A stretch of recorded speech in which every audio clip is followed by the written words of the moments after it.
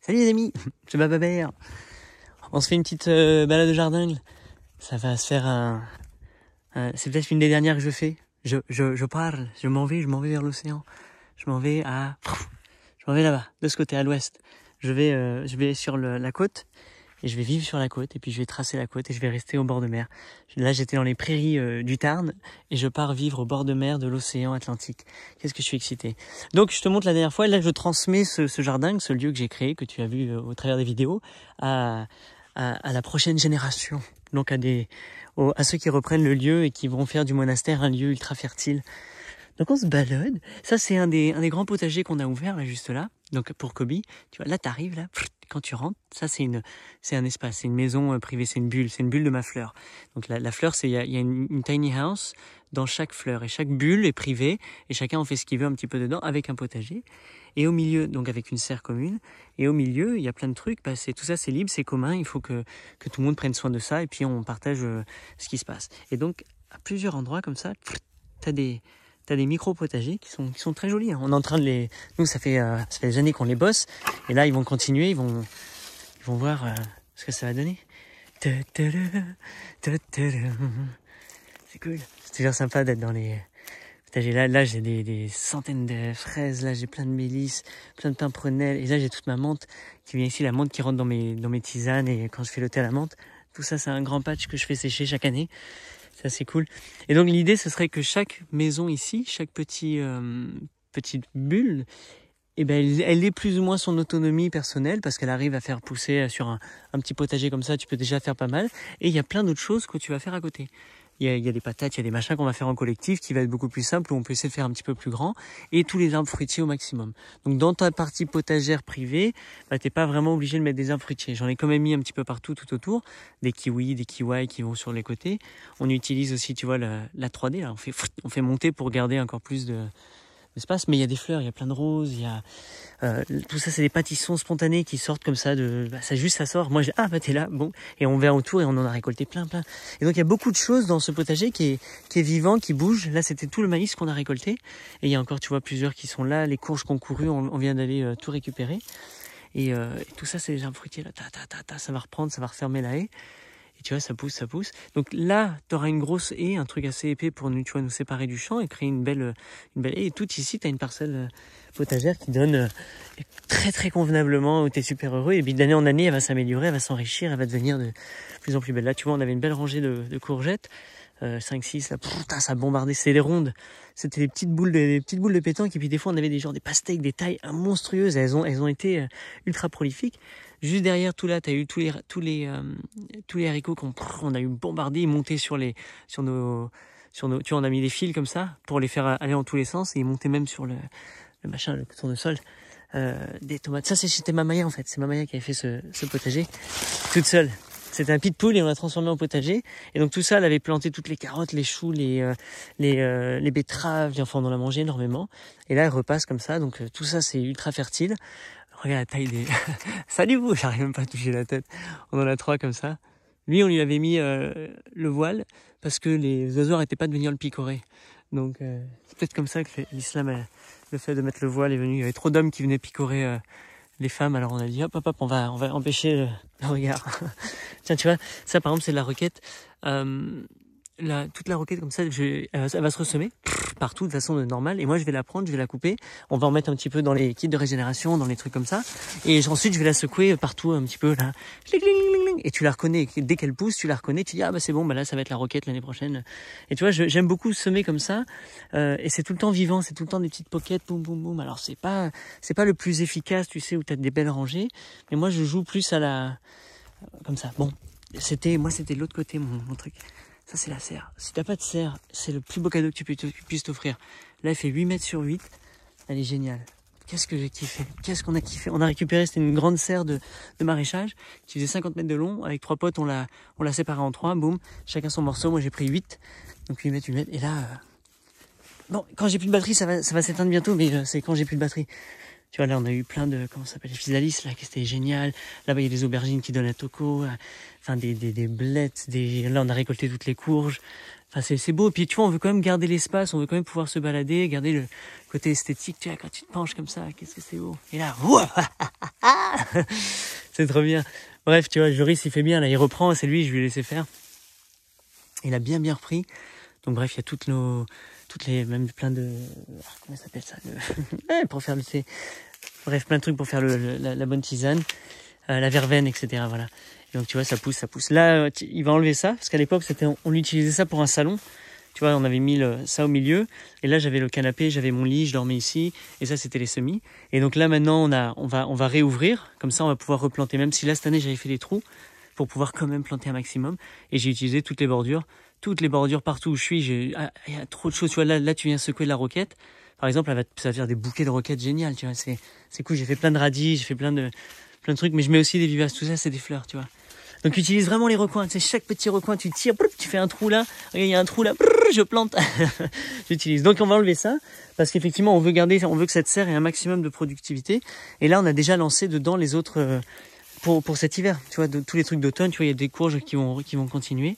Et on essaie d'implanter au maximum et plus on met du temps dans cette serre, parce que tu sais il pleut pas, tu vois, donc comme il pleut pas, il faut toi que tu sois là, t'essaies de dynamiser ton eau au maximum, parce qu'elle a ce manque à gagner, que tout le reste du champ lui va avoir la pluie et lui il a pas, donc ça change complètement le sol. Et c'est là tu peux vraiment travailler sur ce sol et l'enrichir à bloc, hein, faire un compost, mettre des petites mares pour, tu vois, créer de la vapeur, de l'eau, c'est génial. Bref, chope-toi une serre. Moi je vais en mettre partout, des petites serres comme ça, pas des gros trucs, mais des petits trucs comme ça, c'est cool, ça fait des bulles, ploup, ça fait un petit igloo vu du ciel, et c'est une bombe de machin. Par contre j'ai des potes qui ont des tunnels de 1000 mètres, enfin c'est des trucs de ouf, quoi. C'est genre tu fais un village, sous serre. Je ferais tout un marché, tout un écolieu sous serre. Ça c'était c'était le mien, celui-là, avec et là Joris vient de reprendre. Donc tu vois, il a planté tous ces trucs, et moi voilà, j'ai des buttes très vivantes, tu vois. Moi tout ça c'est planté, en fait tu vois pas, mais c'est que le mulch qui reprend, qui fait d'année en année, et c'est une sorte de ça devient un puits à blettes, un puits à choux, un puits à plein de trucs, tu vois. Ça sort et je taille au fur et à mesure, je rentre comme si c'était une forêt, en fait je le prends vraiment comme une forêt, et je fais de la coupe, je fais de l'abattage, je fais du truc pour ça repousse, je m'éclate. Bon, c'est pas la meilleure des techniques. Si je t'ai dit, si tu veux vraiment t'assurer des récoltes comme ça, mais qu'est-ce que c'est marrant. Moi, j'adore. Et je joue vachement plus avec les plantes. C'est cool, tu vois, je leur... c'est pas grave, toi, tu vas rester celui-là, et genre, il faudrait l'enlever, ce fenouil en plein milieu. Je dis, mais si, c'est pas grave. Ça fait 3 ans. Je dis, bon, quand est-ce que tu pars? Un jour, il va mourir. Tu vois, donc, je joue entre mes buts, et peut-être que oui, c'est pas le top du top pour la fertilité. Mais c'est très naturel, c'est au naturel, tu vois, c'est pas des super beaux paillages bien faits. Si la Joris, il vient de faire ça c'est sympa. Et moi, je marche dessus. Je veux vraiment faire le truc le plus sauvage. Je marche, j'écrase comme ça, j'écrase tout le mulch. C'est beau, ça fait un mulch dense, riche, empli de graines, pré-planté. Et là, dès les premières pluies là, qui vont venir là, vers septembre, et ben boum, tout ça va reprendre, ça va repousser. Là, regarde, à l'intérieur déjà, tu vois. Et hop, tu vois, tout ça, ça repousse là. Bon, après, tout ça, c'est des choux. Le truc quand même, c'est que je sais pas toujours c'est quel chou, mais c'est pas grave, j'aime bien les choux, donc moi je les mange de différentes façons. Il y a au lieu d'avoir des gros choux-fleurs, je peux aussi avoir plein d'explosions de choux qui font des trucs assez bizarroïdes, complètement uniques, et ça me donne un équivalent de plein de brocolis, de petits brocolis, j'adore. Ouais. Donc voilà, tout le long c'est planté, tu vois, il y a des pommiers, il y a des machins, là-bas, il y a du houblon qui est là-dessus. Là, des arbres fruitiers. Et je garde cette bande, tu vois, avec la consoude. Attention à cette consoude. C'est la consoude du Caucase. J'en ai fait partir plein des boutures. Elle reste pas en place, elle. Il y a la consoude, il y a une consoude qui est beaucoup plus docile, qui reste là. Celle-là, elle court, elle se balance. Elle trace comme ça, elle prend vraiment de l'espace. Donc attention. Ce qui était bien au début pour les boutures. Et même si je fais beaucoup de biomasse, les racines, elles continuent à tracer. Et j'ai une manquille qui naît. Oh cool, il y a des petites aubergines là aussi. Oh voilà, bref. Là, c'est Joris qui reprend celui-là. En fait, Joris les reprend plus ou moins tous. Parce que pour l'instant, c'est lui l'expert jardinier. Il y a un temple là-bas qui est là. Qui est un autre jardin comme ça, un petit peu plus petit. C'était plus pour un voisin qui venait l'utiliser comme ça pour aussi participer aux travaux communs et s'insérer dans le jardin. Là, il y a des buts, tu vois, il y a plein de trucs. Tout ça, c'est planté, tout ça, il y a beaucoup d'espace. C'est-à-dire que même si moi, je le plante pas avec de la production alimentaire où je mets des vivaces, des trucs comme ça, c'est un espace à cultiver, et s'il y a besoin, c'est là, tu vois, l'espace est là. S'il fallait doubler, tripler nos productions alimentaires, c'est très facile parce que tout le truc est déjà établi. Et entre-temps, je fertilise jusqu'à ce qu'on en a besoin. Donc, s'il y avait vraiment un temps de crise et que je devais augmenter drastiquement et me concentrer à ça, arrêter de faire Facebook et juste penser à faire pousser ma nourriture, ouais, ça serait vachement cool pour moi. Mais là, j'ai pas trop besoin. Pour l'instant, j'installe, tu vois, plein de fruitiers qui sont tout petits, là. Ils sont tout mignons. Je suis encore plus grand qu'eux. Et après, voilà, ça me dépasse. Et tu vois, tout ça, c'est planté. Et là, il faut imaginer, si tu prends du recul, juste que cette zone, qui est un tout petit point qui est la taille de la serre, par exemple, sur ce jardin, bah, il y a, je sais pas, 13 arbres, tu vois. Et il y a des chemins qui se font. Et, enfin, c'est magnifique. Juste ça, c'est un magnifique écosystème. Et si toi, t'avais ta maison et que c'était ta tiny house et que t'avais ça en face de toi, et que je te dis, tu peux t'amuser sur ça, c'est immense, tu peux produire énormément de nourriture. Alors tu seras pas autonome en tout, mais qu'est-ce que tu vas kiffer, tu vois, Donc en fait, il en faut vraiment peu pour être heureux, vraiment très peu pour être heureux. Parce qu'au final, ouais, juste ça, tu kiffes. Donc moi, c'est ça l'idée, c'est d'avoir des tiny houses, tu vois, comme celle-là. Tu vois, je fais des cabanes, je fais des trucs comme ça, je crée des parcelles où une tiny house peut venir, ou un mec qui vient en camping-car, ou une caravane, ou quelqu'un qui veut construire une carter. Bref, puisse se mettre, créer un domicile très simple, et de là, bam, t'as un jardin, t'as une bulle qui vient avec. Donc tout ça, c'est un autre potager, c'est celui de Johanna, qui prend celui de la cabane, et qui a, voilà, pareil, encore une fois, le potager avec son habitation. Là, t'arrives, là, t'as le sentier, t'arrives chez eux, c'est privé, hop, ça arrive, bonjour, tac, tac, tac. Et là, c'est le début, donc tout ça, ça va amplifier, tu vois, ça va gonfler. Et voilà, j'ai mis de la sauge partout, tout le monde a sa sauge, tout le monde a ses menthes, tout le monde a ses trucs. Donc j'ai installé des mini-jardins, genre parfait. Genre l'idéal petit truc, t'as plus qu'à mettre des humains dedans, pling, c'est bon, et ils arrivent, tout est déjà lancé. Donc tu vois, là même une parcelle potagère là, la table, la méditation, enfin tu vois, c'est cool. Et ça, je m'amuse à faire ça en fait. Avant, je le faisais en dessin. Depuis que je suis tout petit, je fais ça, je fais des dessins comme ça, mais je mettais des animaux. Je mettais des girafes, des éléphants, tout, je dessinais ça avec ma mère. Et ensuite, j'ai commencé à le faire sur la terre, sur la matière, tu vois, c'est trop bien. Ça, c'est les toilettes sèches. Et donc là, t'es sur des parcelles. Tout ça, c'est des parcelles, soit de méditation, soit de tente, avec, tu vois, chaque petite parcelle est plantée comme ça. Tout ça, c'est autour, c'est planté, c'est surélevé. Et là, on a fait un petit aplati. Et quand tu vois, tu viens mettre ta tente, t'as un petit endroit pour toi, toujours un petit shrine, là. Qu'est-ce qu'ils lui ont fait, là? Les fofos, là. Yaboda. Un petit hôtel pour toi, et tu viens t'installer quelque temps. Et voilà, quoi, la vie est belle, et hop, tu viens t'insérer, jouer ce qui se passe ici, tu reviens dans ta bulle, hop, tu passes, là c'est un bébé, mais tu vois, tu passes prendre des figues, et t'as des noisettes juste là, et là t'as des cerises, là t'as des pêchers, et là t'as des cassis et des groseilles, et t'as tout à portée de main, quoi, plop, plop, plop, plop, plop.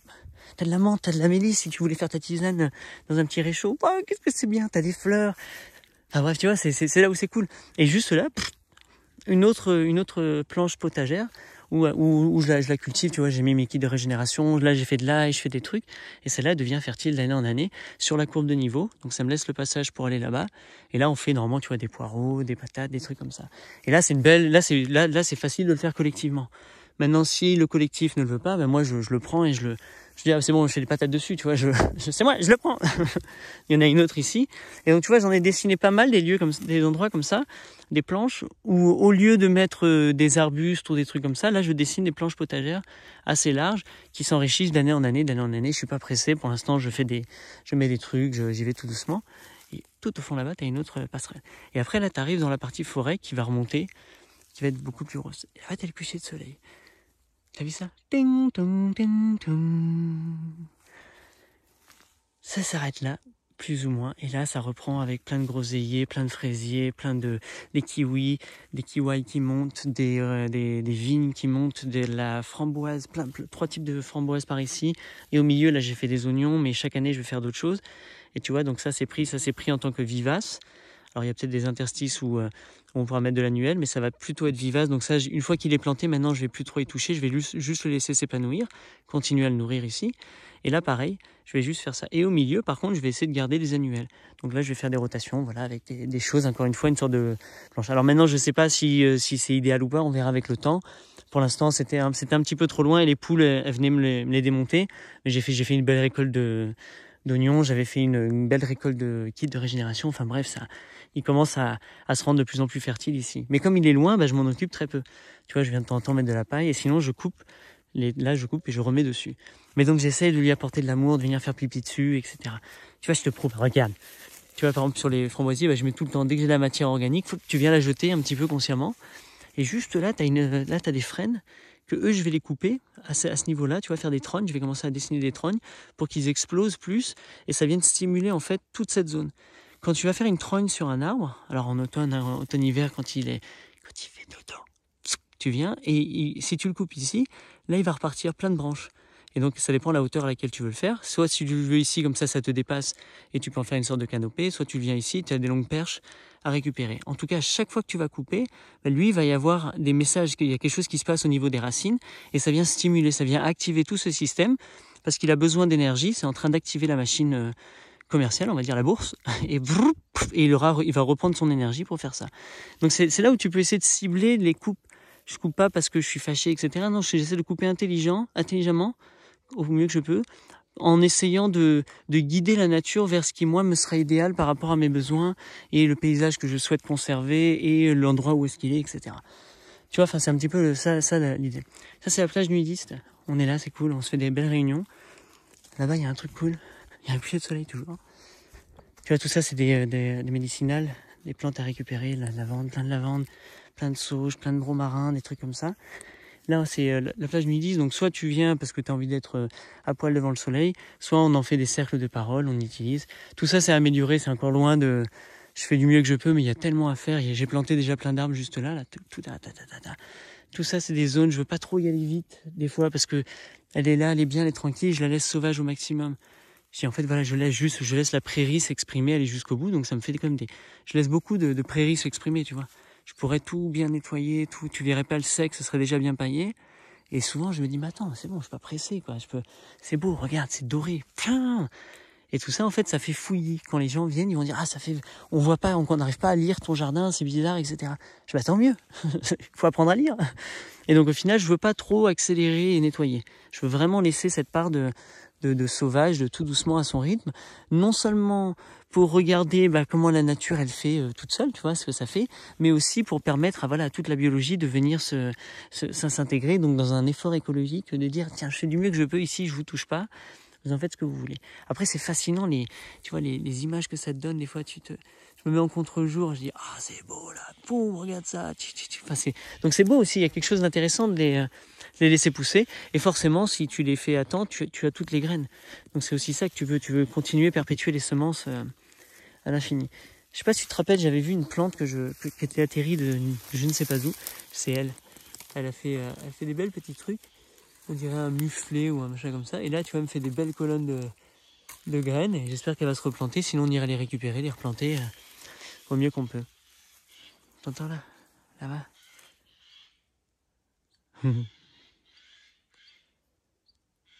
C'est kiffant ça. Et voilà mon ami, bon, allez, je retourne vers Kumkum. Voilà le jardin un petit peu, mais tu vois, il y a plein de choses dans tous les sens, donc ça prendrait longtemps à te montrer. Mais voilà, je le passe dans cet état, dans cet état de grandeur, et quand je vais revenir, ça va grandir chaque année, et puis peut-être dans 10 ans, dans 20 ans, on reviendra tout le temps, on viendra voir ce qu'il en est devenu, et puis ça y est, c'est un lieu pour la vie, quoi. Un lieu de plus. Schling. Maintenant je peux partir heureux, je peux continuer l'aventure vers l'océan, et puis voir ce qui se passe là-bas. C'est parti, ciao.